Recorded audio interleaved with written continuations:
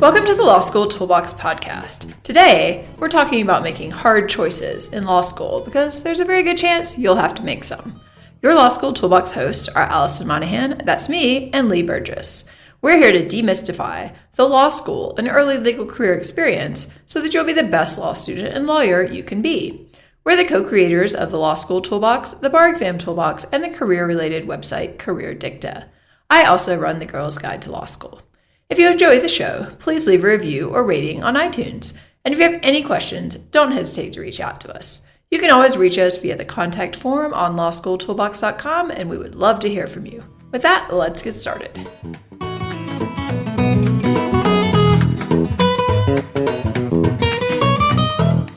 Welcome back. Today we're talking about how to go about making difficult decisions in law school because, let's be honest, you'll almost certainly have to make some. So what exactly are we talking about? Well, we're going to talk about a range of things. Should you stay in law school or should you go? It's the time of year when some people are struggling with the question about whether or not they should drop out of school. We're going to talk about what kind of job to apply for and accept, what clinic or externship to do, what journal to apply for or join, and just how to spend your time on a daily or semester basis. So what a lot of these have in common is they involve a trade-off between something you might like to do, like take a nap. Let's be honest. I could use a nap. Who doesn't like that? Exactly. It's like cold and rainy outside. Naps would be perfect right now. And something you feel like you should do, like working on your outlines.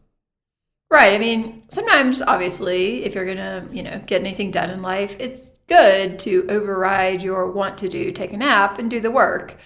But I think the problem is this habit can lead to longer-term unpleasant outcomes when you apply it to big decisions. For example, what job to apply for. I mean, I certainly knew people in law school who wanted to do public interest work, but they felt pressure to try out a firm job and to do OCI. I mean, ultimately, that might not be the best plan for them, but there's a lot of pressure to get on board, especially at, these schools where OCI is generally successful for people. Right. And I think I was definitely one of those people who I wasn't sure I wanted to go the big firm route, but when everyone tells you can probably get one of these jobs and you're looking at your bank account, you're right, like, it's very tempting. Hey, I'll go ahead and do OCI. Why not? Yeah. And people kind of rationalize it. Well, I'll just try it out for the summer and then right. I can go back to doing what I want. But the problem is once you make that choice, it sets you on a different path. And it's going to be a lot harder to get these other jobs if you didn't demonstrate your commitment to them in law school and you didn't do, internships or summer jobs in those areas because you were busy working at a big firm.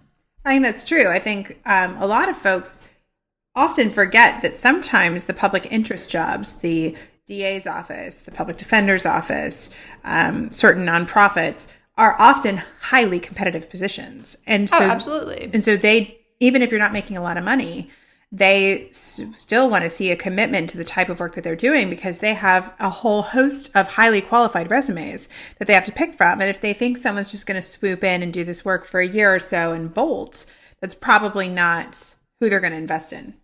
Right. Or they're not going to invest in the person who has literally no experience. They're going to take the person who every summer has been working in that area and learning and actually has some practical knowledge because, let's face it, that person's more useful. Mm-hmm. That's a good point. So say you're unhappy in law school and you're considering that law school is not for you. You're considering leaving law school. Everyone around you just tells you that this is normal and you should stick it out now that you started. But Allison, what do you think you do? I know we get a lot of these questions this time of year. We do. And I think it's a reasonable thing to ask yourself. And I think most people are just going to get advice like, you're just unhappy because that's the way it is and you're a 1L and maybe people tell you it gets better, maybe they don't. But, basically the expectation is, just suck it up. You're just stop whining, suck it up, study more, and you'll be fine, and you'll be glad that you stayed. But I think in that situation, I think you've really got to look at the bigger picture. What are you even doing in law school? Mm-hmm. What's your motivation for being there? And I think without that, there's no way you can evaluate if it makes sense to stay or not. I think that's true. I mean, you might even go back and read your personal statement of why you even applied to law school. Because I think sometimes those reasons can really get lost in the shuffle. Oh, for sure. And, the reality is a lot of people who end up being unhappy, frankly, didn't have a particularly great reason for going in the first place. Right. And, I think at that point you have to take it seriously as a question, at least. Okay, if I'm going to be totally honest here, I basically applied for this because my parents told me to, and because I did pretty well on the LSAT, I didn't really have a strong motivation in terms of what I think I want to do, probably didn't have a lot of experience. Now that I'm here, I'm not doing that well. I'm not really enjoying it. I'm not sure I want to continue. I would take that seriously. Yeah. I also think that if you're really, really struggling academically, not I got B minuses or B plus and I'm disappointed about it, but really on academic probation or at risk of not being invited back to school, I do think you should use your school's resources to evaluate all of your options and really understand what it's going to take to become academically successful again. Absolutely.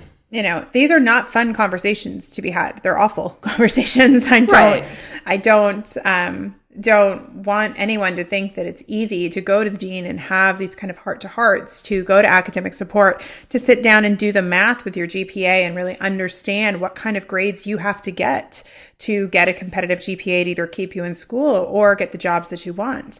And it's also important to look at bar pass rates.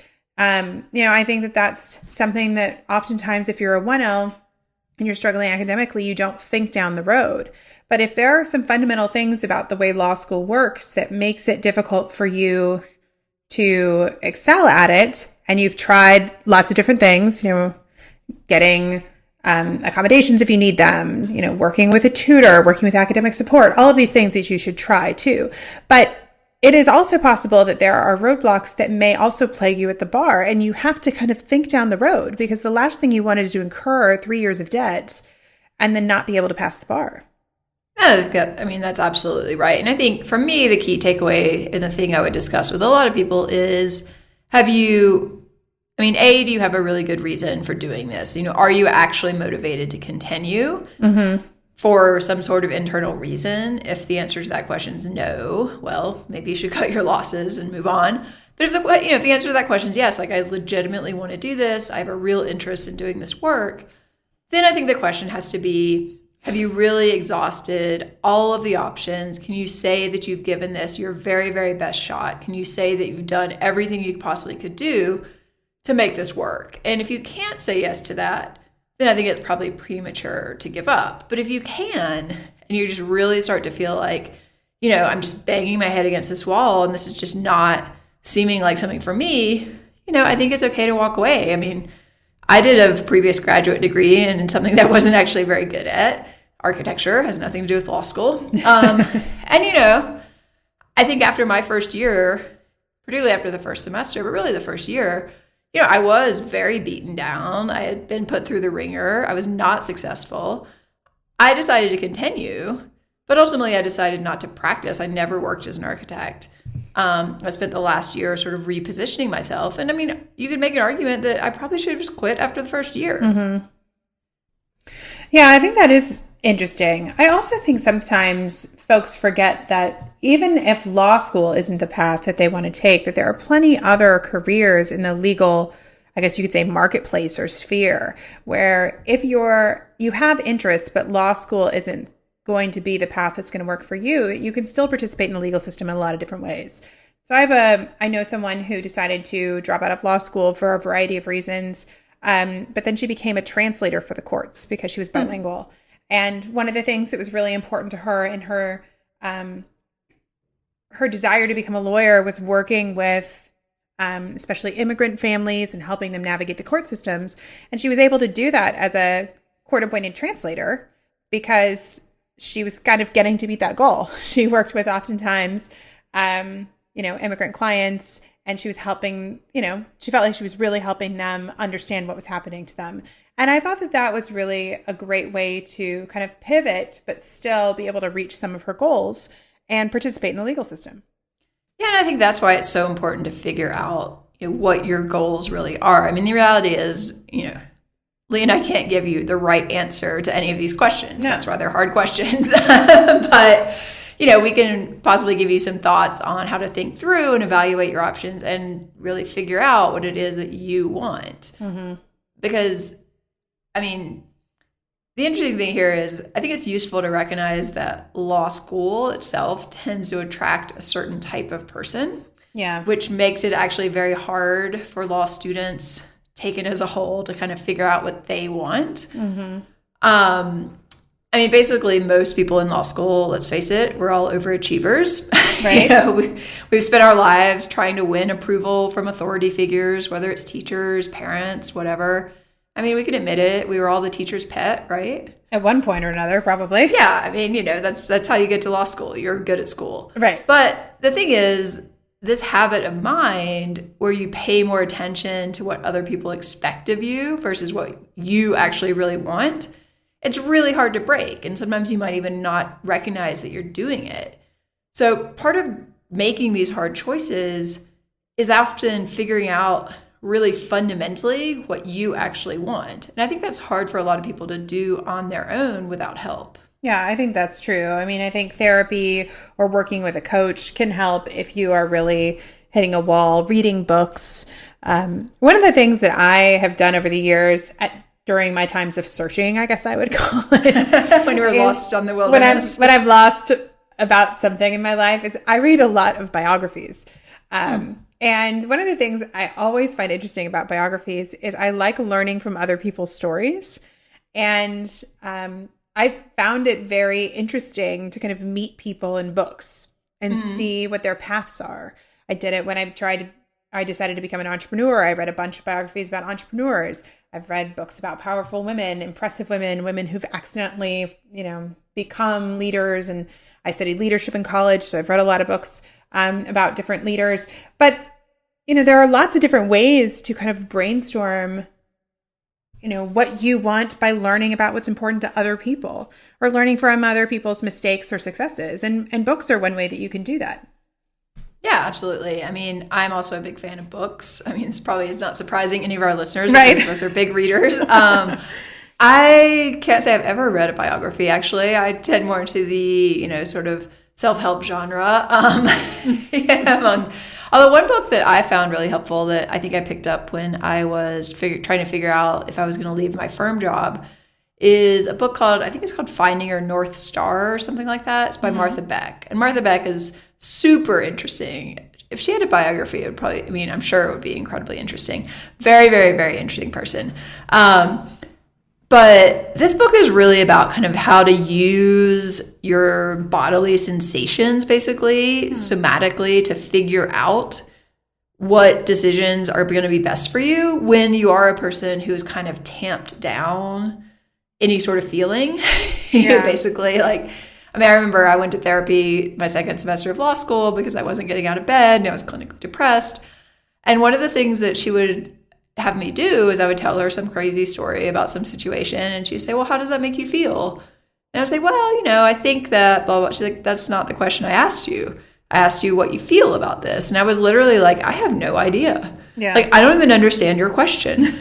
And, it basically turned out to be the case that never in my life had anyone kind of explained to me, okay, this is what this is what the sensation you're having actually maps to in terms of an emotion we can describe. So, this is what anger feels like. This is what sadness feels like. This is what happiness feels like. All these things that you should learn when you're a child. And somehow I had gotten to an Ivy League law school without having that ability, which sounds crazy. But it was really true. I was like, I literally don't understand what you're asking me. Mm-hmm. And so I think, if you are one of those people who has been, your motivation throughout life has been external successes, people saying, well, this is what you need to do to get an A, and you just put your head down and you work harder than everyone else and you do it. That describes a lot of law students. And right. I think if you are that person, it's going to take taking a step back and learning how to develop these other aspects of yourself, which are completely normal human things. It's not bad to have an emotion, right. And it can be helpful. Yeah. And if this is something that, you're listening to and it's resonating with you, I think like summertime is a great time to start these explorations. I realize it's not summertime right now, but leading into the summer, if you feel like there's a little bit of self-work that needs to happen as you're trying to make some big decisions, I think the summer can give you some breathing room from school, even if you're working, to allow you to do some of this work. Yeah, and I think sometimes, obviously, this can be pretty heavy. Yeah. If this is the first time in your life you've ever kind of allowed yourself to feel angry or allowed yourself to feel sad, like there's going to be some stuff there. Yeah. And you do this work whenever you have to, or you can, or you Right. want to. But I think there is something to be said for maybe not doing it like right in the middle of exams or right beforehand. But things happen. There's not much you can do about it. If that's just the time, it's all going to come up. Yep. But there are also, sort of lighter ways that you can go about it. It doesn't have to be delving into your deepest emotions. For example, some people, when they are trying to decide between two options, they'll actually flip a coin, and then they'll see what their instant reaction is when the coin reveals the answer. So, you're like, option A, option B, and you're like, okay, comes up heads. And if your immediate reaction is a feeling of relief, then you're like, okay, that's probably good. If your reaction is disappointment, you're like, oh, maybe I should pay attention to that. And this is like very instantaneous before you've had time to rationalize it. So, things like that, I think, can be a lighter way to kind of get into some of this. Yeah.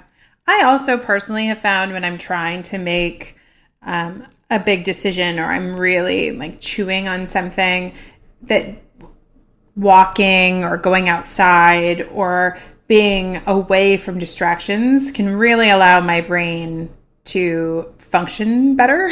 And probably like there's an area of San Francisco called Christie Field, which is this amazing walk if you ever come visit, if you don't live here, where you just like walk down staring at the Golden Gate Bridge, like one direction, and then you turn around and then you stare at like Alcatraz and downtown on the way back. I mean, it's very beautiful. But to me, that's like my meditative place in San Francisco. I've made a lot of really big life decisions walking up and down Christie Field. Partly, too, because it's a flat walk and you don't have to look for obstacles. I love hiking, too, but you have to kind of watch your feet sometimes. Mm-hmm. But to me, like moving my body and really removing distractions and being, outside helps. And so sometimes it can be like changing up your environment, giving yourself some space to chew on these things can bring clarity. If you're just trying to make these decisions like in the library or in your room, at your apartment, or while you're studying, you're not giving yourself enough space to really noodle on things, so you can make an authentic decision.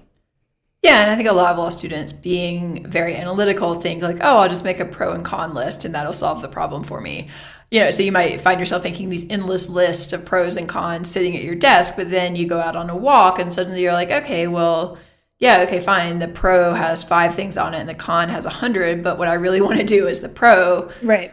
That breakthrough is probably not going to come when you're making another list. Like, you have to really let your brain kind of work on it behind the scenes and then help you come to an understanding of like, okay, maybe this isn't the most rational decision, but it's what I want to do. Yeah. And the other thing you could also do is observe your own behavior. I mean, you may think you don't know what you want. I was like the best at this. But your behavior could actually explain to you and show you what you want. Oh, yeah. I thought when I had particularly my 2L summer job, which in retrospect, I basically hated every second of, and for very good reason. But I was like, oh, I just don't know what to do. I just don't know what to do. But I look back, I was literally not going to the office because I was hiding out in the school library so that I didn't have to go to the office. Like, that should have been a red flag. Yeah. I mean, I find at least if I'm always late to something and I just can't drag myself there, I'm making excuses not to go, it's probably a sign that that's not something I actually want to be doing. Yeah, I think that's true. There's always the stuff like you have to do, but if it's an option, you can definitely regroup. And I think it's also worth examining, like, do I really have to do this? True. You might think like, oh, I got this summer job, and if they give me an offer, I have to take it. That's not true. You don't have to take it. Yeah. Or even applying for clerkships, the schools are like, oh, if a judge offers you the job, you have to take it. Trust me, it's not true. I turned them down. Like, some of them weren't happy about it, but you don't have to do that. That's true. Talking to people can also be helpful, clarifying what you want. But oftentimes, many people will have their own agenda. So, for instance, schools like you to get nice jobs with money so they can put that in their statistics. Maybe your parents hope you'll be able to be financially secure and pay back your loans. I heard a very interesting conversation that I assume this family is not listening to this podcast, but actually, Allison, while you and I were just on a business trip together, I was waiting for you at the hotel, and this family was talking about this college daughter's option to go abroad. And it was like impossible not to eavesdrop on this conversation because it was on like a couch right next to me. I'm trying to like read on my phone, not paying attention.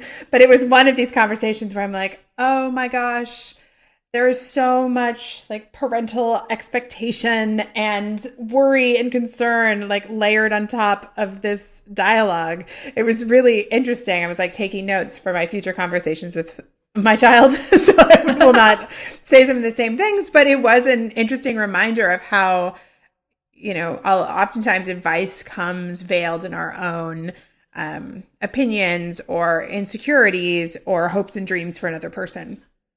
Yeah, absolutely. I mean, there's nothing wrong with talking to the people closest to you about these big decisions, but at the same time, you have to recognize like they're almost certainly going to have their own agenda.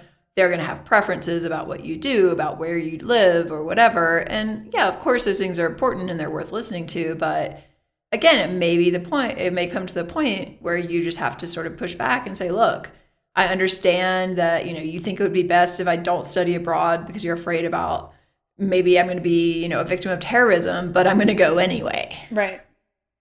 And that's totally legitimate. I mean, that's part of growing up is you have to push back against people like your parents, who they're not you. They're not living your life. Right. No, it's very true. I also think it can be good to talk to people who've made similar choices to what you're considering so you can actually understand what it's like to make that choice. So talking to law students who did the clinic that you might be considering, or talking to lawyers or ex-lawyers about their job choices, talking to people who dropped out of law school. If you're considering that, you can learn a lot. But again, like listen carefully. I mean, you and I have been to a bazillion lectures and panels and talks. And sometimes, roughly speaking, yes, but, there are many times where you and I, have kind of sat in the back and been like, this is all BS. Like, I don't want to hear it. Or this is not resonating with me. Okay, fair point. Nicer way to put it. Okay, if you would like to be more, politically correct about it. But I've definitely sat in talks, especially if you're a woman. Oftentimes these talks are about being a woman. And I've heard some pretty terrible advice. So you have to really listen with a critical ear and say, wow, that does not sound authentic to me. That does not sound like an authentic choice to me. You name it, you hear everything about why you should be freezing your eggs because, that's the best way to make sure you can have children later in life, which is a complicated thing that maybe shouldn't be talked about in career panels, things like that. Or, to the fact that you can do it all and there's no trade-offs. There's a lot of different perspectives. You should go listen to them, but you have to really listen critically. Because oftentimes the truths about individuals' choices in those panels come out through their dialogue, if you're listening very carefully.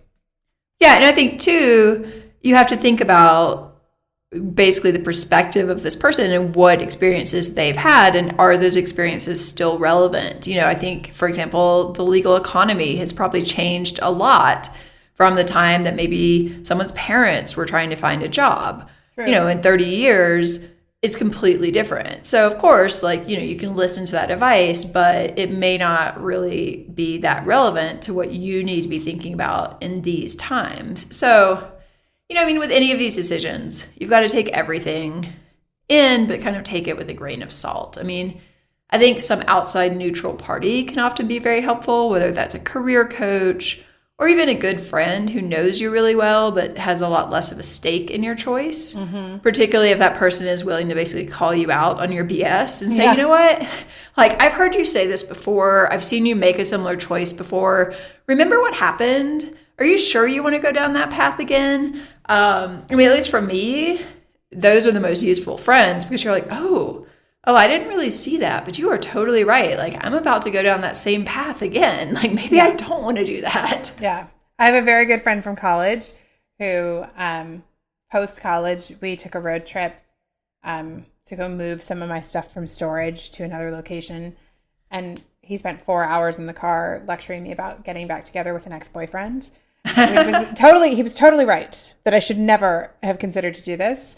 But, you know, I was in a place where I was not making my best choices.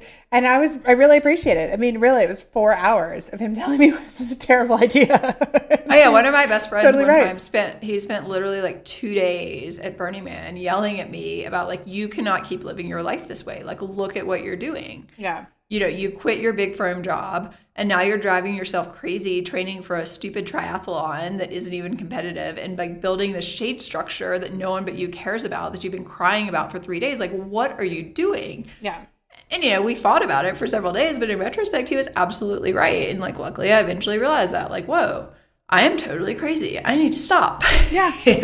Yeah. It can be really good to have friends that can call you out. I also remember after leaving my consulting job where I was very unhappy, I was on a run with a good friend. And I think I said something like, wow, this is so nice. I really feel like I'm much happier than I was at that job. And she's like, oh my gosh, talking to you while you were there was so depressing. She was like, you were so miserable. All we did was talk about how miserable you were. Don't you remember? She was just like, we've been talking about this for months. Of course you're happier. It was just so funny. Yeah, I mean, you know, a lot of these things seem obvious in retrospect, but you can't really see that when you're in the middle of it. I did like your perspective earlier about reading books. You know, if you can't personally talk to someone who'd been in the situation, but you know, you've heard of someone, like, for example, I know that Carly Fiorina at one point went to law school and dropped out. What does she have to say about that in interviews? Like, maybe that has some relevance to you.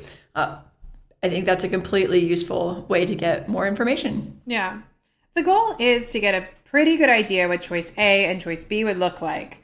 But ultimately, you'll never have all the information and you just have to choose. Absolutely. Yeah. I think one of the things to remember about making those choices, though, is that, you know, they're oftentimes not permanent. Right. Very few choices are totally irreversible. Yeah. And there might be ways to test it out, which I always recommend people doing. And if somebody comes to me and like, I really don't think this is for me, I want to drop out. It's like, okay, you know, you may have a totally valid reason for that, but can you take a semester off? Can you take a year off? And preserve the option to go back if, you know, a few months out, you're like, oh gosh, I really did want to be doing that. You know, maybe you don't have to leave completely. If you really can't decide which job to have, maybe you can split your summer. You know, there may be creative options that basically allow you to test this out. But at some point, I mean, it's either going to be job A or job B. Right. And one of my professors had an interesting way of looking at it. He's like, you know, you guys all obsess over, do you take firm job A or firm job B? He's like, the reality is, yes, it's going to drastically impact your life. And no, you have absolutely no way of knowing how that is going to impact you. He's like, you don't know that you're going to walk into the summer associate meeting at firm A and meet your future spouse. Right. You know, there's a degree of randomness here, and you just have to accept that. Yeah, that's true. And even within those jobs, there's a lot of luck that goes into it. You know, what partner do you get assigned to? What group do you get assigned to? Because two people at the same firm can have very, very different experiences just based on the type of work you get assigned. Oh, for sure. And, you know, do you find it, like, does a case end up on your desk that you happen to find interesting in an area that you didn't know anything about? And that completely changes the course of your life. I mean, these things happen daily, basically. Yep. But you can't predict them. So you also can't really plan for them. So I think you just have to kind of put yourself in the best position, try to gather as much information as you can and be realistic about the options. But then you just have to decide. I mean, there's no other choice. Yeah. I think another good point is this idea of trying to think beyond the immediate. So, for instance, if you hate law school, you might like practicing law. You should get a legal type job over the summer, go try and do more internships or externships during the year, and really get as much perspective on practicing law as you can before you decide that it's really not for you. Oh yeah, there are lots of people who hated law school and really are fine with being a lawyer. And conversely, there are tons of people who love law school and hate practicing. Yeah, very true. I think, you've got to look a little bit out. And obviously, some things you just have to suck it up. I mean, sure, journal work is probably tedious, but it's inherently time limited, and you probably don't want to just quit in the first week. No. And oftentimes, just because you don't like it. It's kind of like going through a little bit of a boot camp. You oftentimes are honing skills that may not be the most fun skills to have, but they can be good skills to have. So sometimes you just decide to suck it up and do it. Yeah, I think there is definitely an element of that. I mean, in terms of like picking which journal you want to apply for, that's more of this big picture decision where you've got to figure out like, okay, maybe you have the grades for law review, but for whatever reason, you really don't feel like you want to do it. There's another journal you really want to do. You know, that's kind of a big picture decision where that's going to be a hard choice. Yeah. But just like, okay, I don't like site checking. It's like, well, no one likes site checking. Right. You know, come on. I don't know. I think some people do. I know some of those people. I honestly don't. I don't know. I mean, I think people hate it more or less, but I don't think anyone likes it. I have a few friends who are technical editors who I think really kind of enjoy it in a weird way. I don't know. Maybe they enjoy telling other people to do it. Maybe. I don't know. But I think there are people who like just like straight up redline editing other people's work too.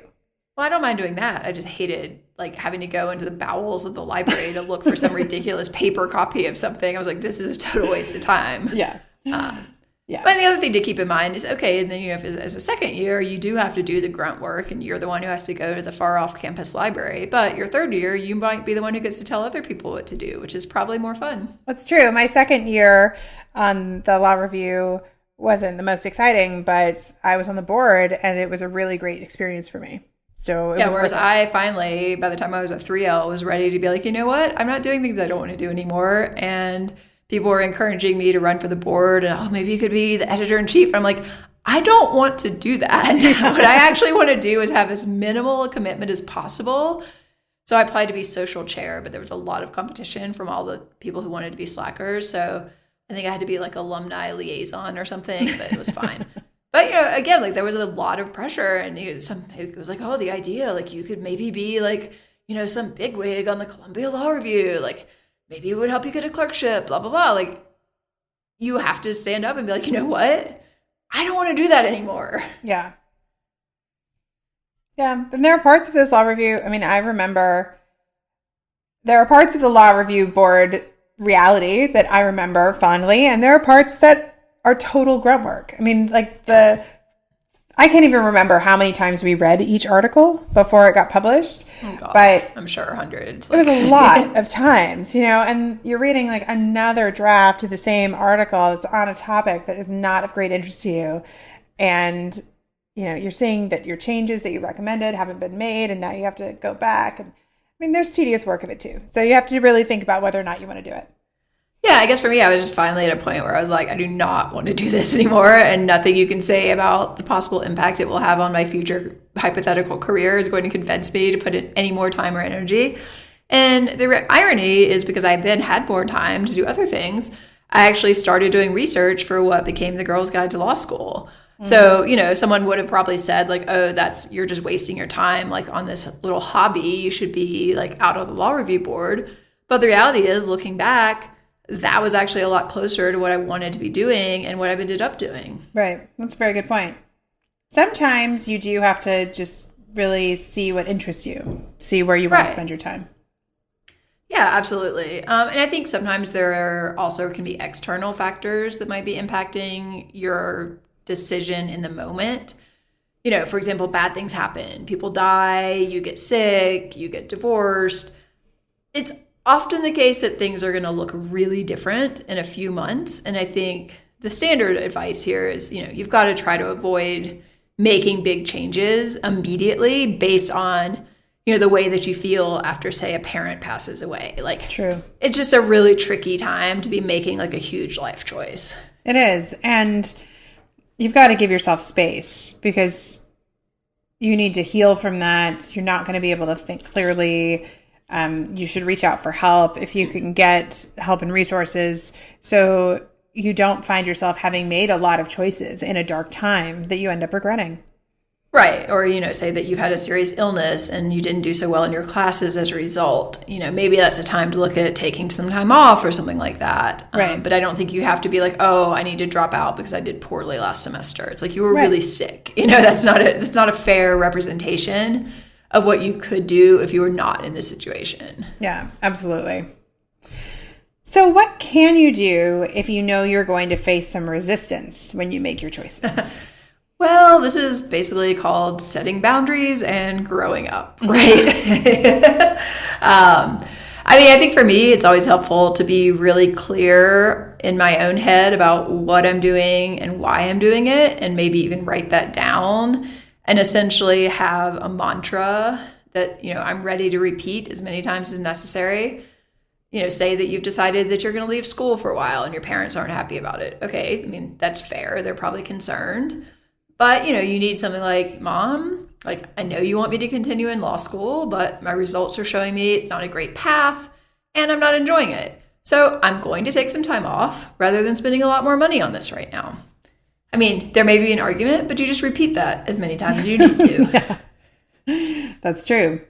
And you have to accept that sometimes people won't like your choices, and that's okay. Because disapproval, turns out, it doesn't kill you. It can be annoying, but you just have to learn to roll with it. Yeah, I think a lot of people in law school are people pleasers. Again, that's how you got there. And I think actually that's a very insightful point. Someone else disagreeing with your life choices is actually okay. You can live with that. Yep. And you never know, they might work out in the end. So. Yeah, exactly. And I think also boundaries, very clear boundaries. This is also, you might find it with people like professors, other people at your school who think they're offering you a great opportunity that you've told them you don't actually want. So something like, as we discussed, Professor X, I'm more interested in applying for district court clerkships, not appellate ones right now. So while I really appreciate the offer, I'm actually not going to call your law school friend who is an appellate judge about clerking for him. Is the person not going to be happy? Maybe not. But if you're not going to do it, you're not going to do it. And that's what you need to convey in a firm yet polite manner. Yep.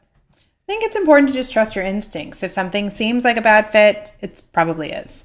So in the long run, you'll be happier and probably more successful doing things that you're intrinsically motivated to do. External motivators like money, prestige, turns out, aren't generally satisfying in the end. Yeah, there's a lot of data on this. You can go look it up. Yeah. I think it's Michigan that does a study of their graduates, and it's pretty clear that the people who are making the most money and have the most prestigious jobs are actually the most unhappy. Yep.